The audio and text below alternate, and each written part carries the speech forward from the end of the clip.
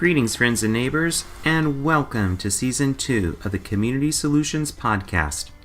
Our podcast comes to you from the students, faculty, staff, and community partners associated with the Department of Social and Behavioral Sciences at the Indiana University Fairbanks School of Public Health in Indianapolis, Indiana. I'm Jack Turman Jr., a faculty member in the department, and your host for this podcast. We realize it's been a while since our last podcast episode, and we appreciate your patience staying with us. I promise this season will be great. We are overwhelmed with gratitude by your commitment to listening to our podcast and sharing us with your family and friends. We are now being listened to in 36 states, 3 Canadian provinces, and a total of 21 nations. Together, as a Community Solutions podcast family of listeners, we are working together to build communities of compassion and trust and hope for all around the world. This season is entitled the Community Solutions Book Club. Our great students, faculty members, and staff will lead conversations about important books that lend insight into community development, health, and conversations. We kick off Season 2 with our students Mackenzie and Kylie having a conversation about Peter Block's book, Community, The Structure of Belonging. Mackenzie and Kylie do a great job of sharing 6 key points that we need to remember as we work to foster inclusive, constructive conversations that optimize community well-being. Okay, let's join the conversation.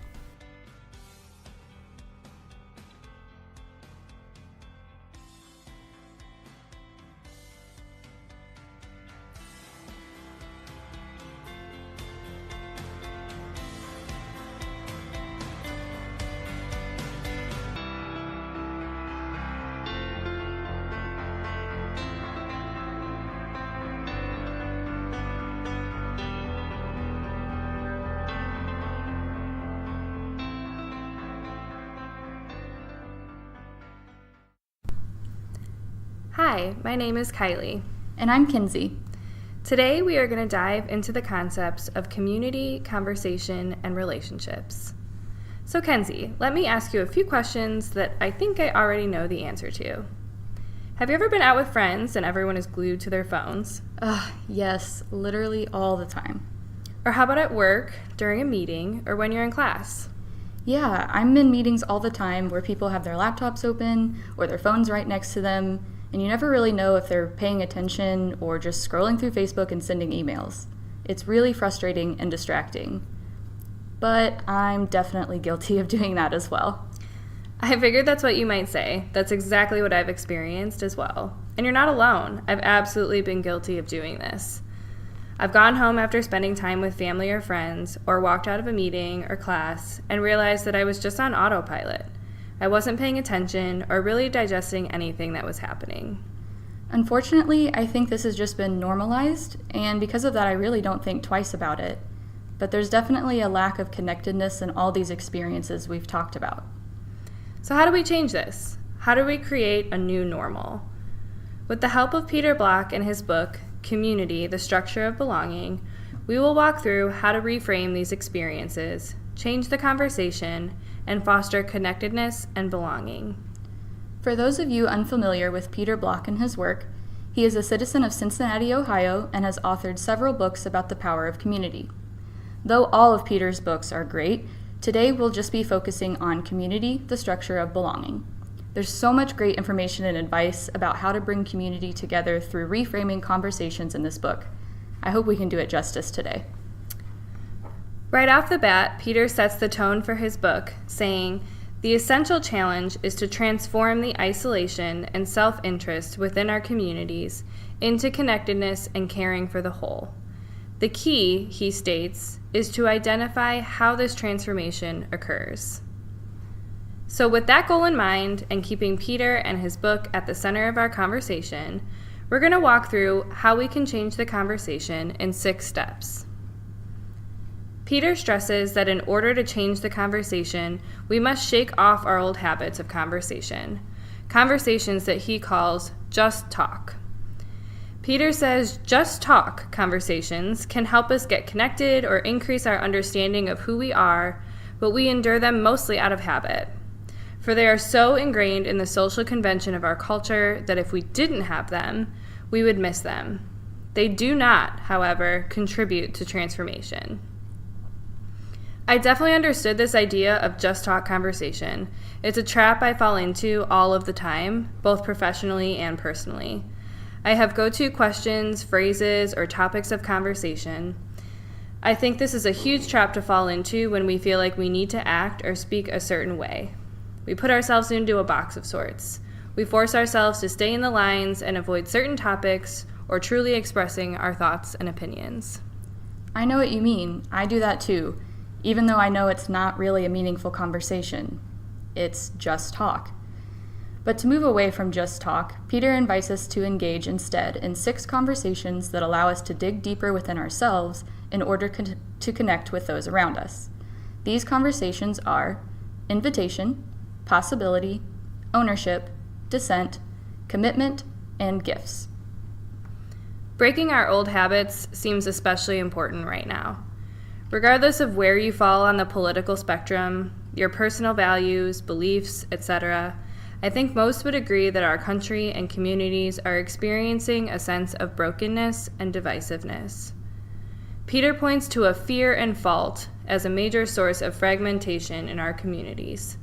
We've become a community of problems to be solved. And action in our community is aimed at eliminating the sources of our fear. We only engage or take action when we are fearful, angry, or looking for someone to blame. And I don't think that our fear or our anger is necessarily invalid, but it does become dangerous and can quickly create divisiveness when it's our sole catalyst for conversation or engagement. It usually creates an us versus them scenario. This fear and fault-based community engagement will only further our disconnectedness. Peter explains that the effects of fragmentation in our communities can be seen in low voter turnout, the struggle to sustain volunteerism, and the large number of people that continue to remain disengaged. Before we can move into the 6 conversations, Peter states that we must shift our context of community, moving from a retributive community to a restorative one, and changing our language to reflect that shift, moving from problems to possibility, from fear and fault to gifts, generosity, and abundance, from law and oversight to social capital and chosen accountability, from the dominance of corporation and systems to the centrality of associational life, and from leaders to citizens. To begin restoring our communities and conversations and fostering true connectedness, we can turn to Peter's 6 conversations. Let's dive in. The first key conversation is called invitation. This conversation simply asks, who do we want in the room? And not with the intention of exclusivity, but rather with a truly hospitable invitation to have a seat at the table. We are inviting citizens to engage. Peter suggests that we especially want to focus on inviting people that not only have an interest in changing the future, but also people that are not used to being together. This is important for any conversation, but especially critical to our community conversations. There should be an intentional invitation extended to citizens that have been disenfranchised and have deep roots within our community, as they will have a unique perspective and insight that will benefit our community as a whole. You know, I think this is so important. How you invite someone can change how much they're willing to engage. For example, if I want to invite a friend to a casual dinner, I might just text them or send them a message on social media. But I wouldn't want to do that for inviting someone to a fundraising meeting. For that, it'd be better to send a personalized letter through the mail. The key to a successful invitation is tailoring it to the individual and event you're hosting. Make the invitation meaningful and personal, and you're far more likely to get a response.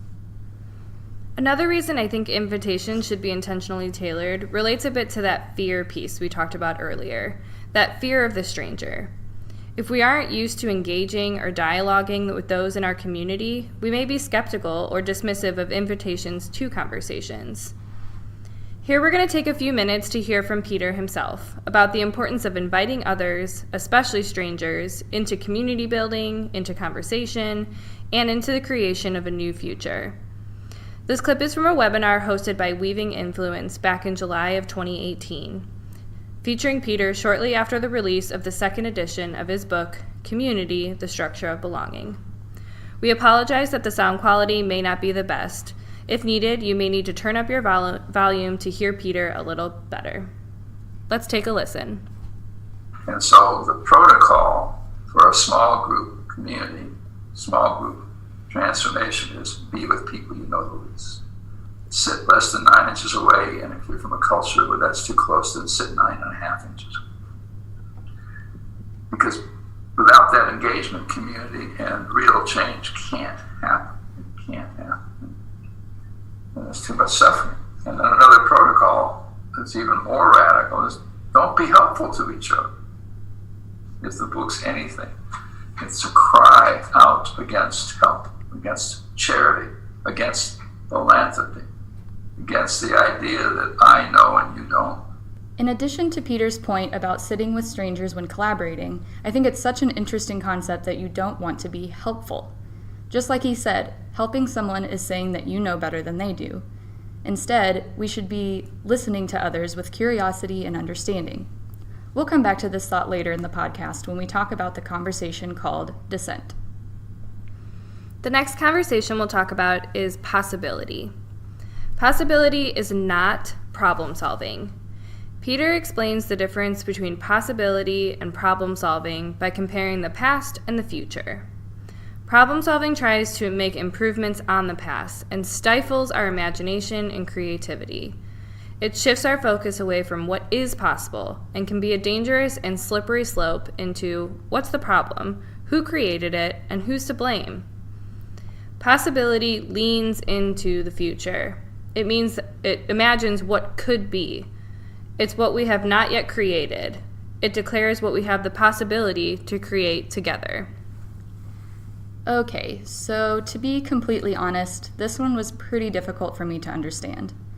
I'm the type of person that just wants to fix things, so I come up with all of these ideas to solve a problem, and I get excited about it.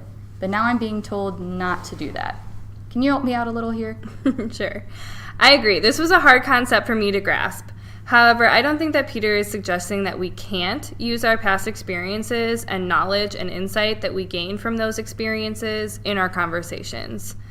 I think the point is that we don't sit down with a to-do or a to-fix list or center our conversations around a problem, how it got to be a problem, and fall into a complaint session.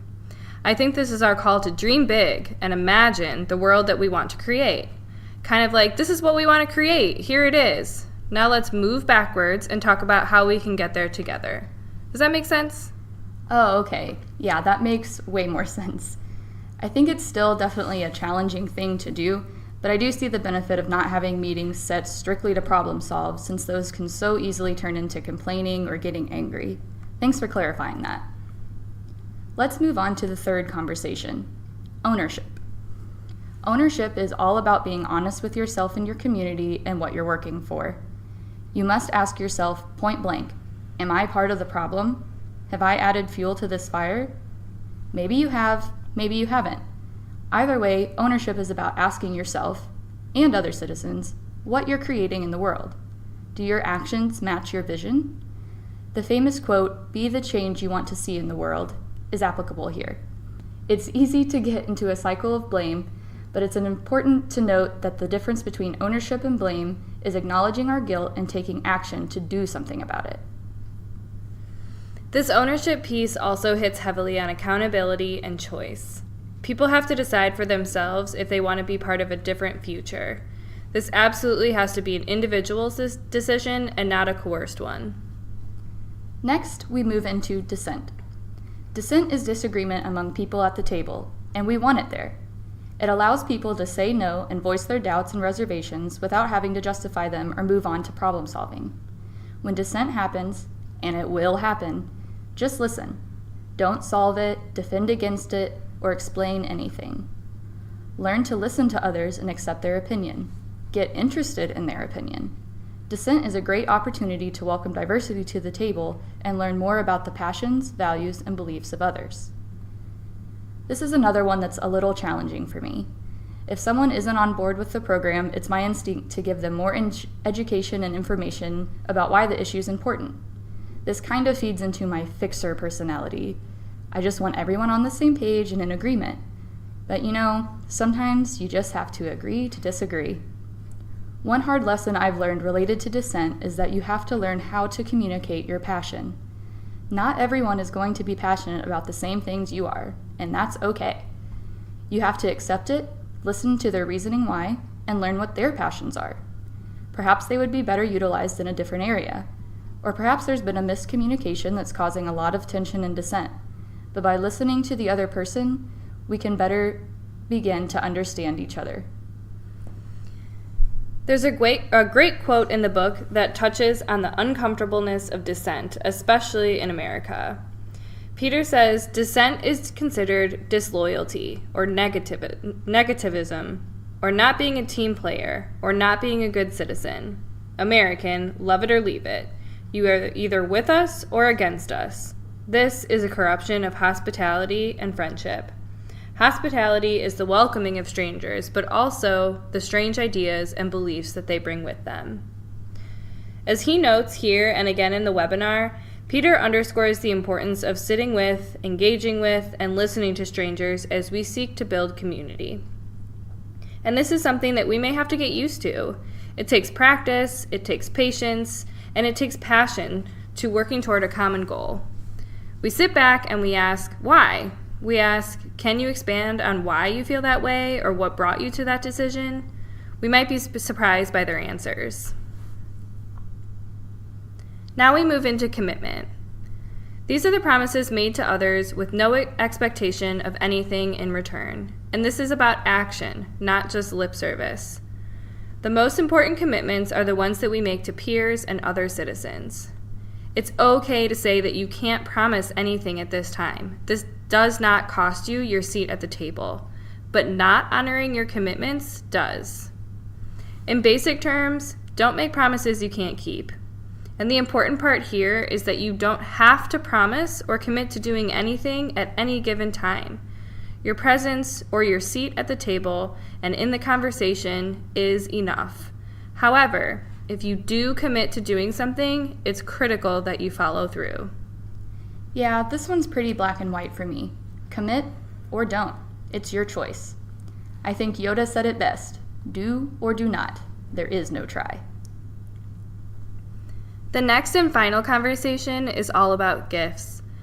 In community building, Peter says, rather than focusing on our deficiencies and weaknesses, which will most likely not go away, we gain more leverage when we focus on the gifts we bring and seek ways to capitalize on them. As was mentioned earlier, we need to move away from seeing our community as a list of problems to be solved or fixed. We are not defined by our deficiencies or what is missing. We are defined by our gifts and what is present, and we want to bring the gifts of those, especially on the margin, into the center of our conversations. I love this one. There's a great quote from Peter that says, "Remember, I am what I am able to do. I am not what I am not able to do." To me, this means that we need to start looking at people and what they can offer and contribute instead of what they don't have. To me, gifts and person-first language go hand in hand. For example, labeling someone as their disability, like calling someone in a wheelchair handicapped, or calling a person with autism autistic, diminishes who they are. We all have different challenges in life. Some are just more visible than others. It doesn't define who we are as people. We are all so much more than our limitations. We all have different gifts, different potential, different things to offer. Once we start focusing on what gifts people bring to the table, we can really change the conversation. And this also ties in nicely to the invitation and the need to invite people that are not used to being together. In this space, we can identify and uncover what each citizen can offer and what each of us can bring to the table. Altogether, these 6 conversations give us the tools to change the conversation, one that fosters connectedness, belonging, and the possibility of a new and different future. As I've reflected on Peter's book and his 6 conversations, I've had the same phrase rolling around in my mind. Even if I can't remember all the details of the 6 conversations, the deepest message that I've taken with me is that we are each other's business. It is up to us to work together, create together, and converse together. If we can't figure this out, we'll never see change. I agree, Kylie. We have to learn how to start working together to build up our communities and end this cycle of disengagement and disconnectedness. Our world needs this now more than ever. We see evidence of this need in the news every day as school shootings, homicide, natural disasters, and political divisiveness. Once we make a genuine effort to connect with others, learn to listen before we act, seek to understand before passing judgment, and celebrate our differences by recognizing gifts, we can begin to repair our communities and, by extension, our world. So we've broken down and dissected the 6 conversations. Now it's time to put it into action. We challenge you to consider how you can incorporate these important concepts into practice as you build community in your neighborhood, on campus, in your city, state, or country. So let's recap. The 6 steps to changing conversations are: 1. Invitation. Create a small meeting to address a community need. Invite a range of people from your neighborhood to participate and be inclusive of all. 2. Possibility. Toss the to-do list. Ask, what can we create together? Dream big. Imagine what we've never done before. 3. Ownership. Be honest about your intentions and practice what you preach. 4. Dissent. Accept and welcome disagreement. Seek to understand and listen, not persuade or convince. 5. Commitment. Say what you mean and mean what you say. If you commit to something, always follow through. And remember, it's okay to not commit at all. 6. Gifts. Recognize everyone has a gift. Maybe ask everyone to share what they think is their gift. We challenge you to change the conversations in your life and let us know how it goes. Comment on our Facebook post or find us on Twitter at SBS_FSPH. Thank you so much for joining us today. If you haven't already, please subscribe to our podcast, Community Solutions, wherever you listen to your favorite podcasts.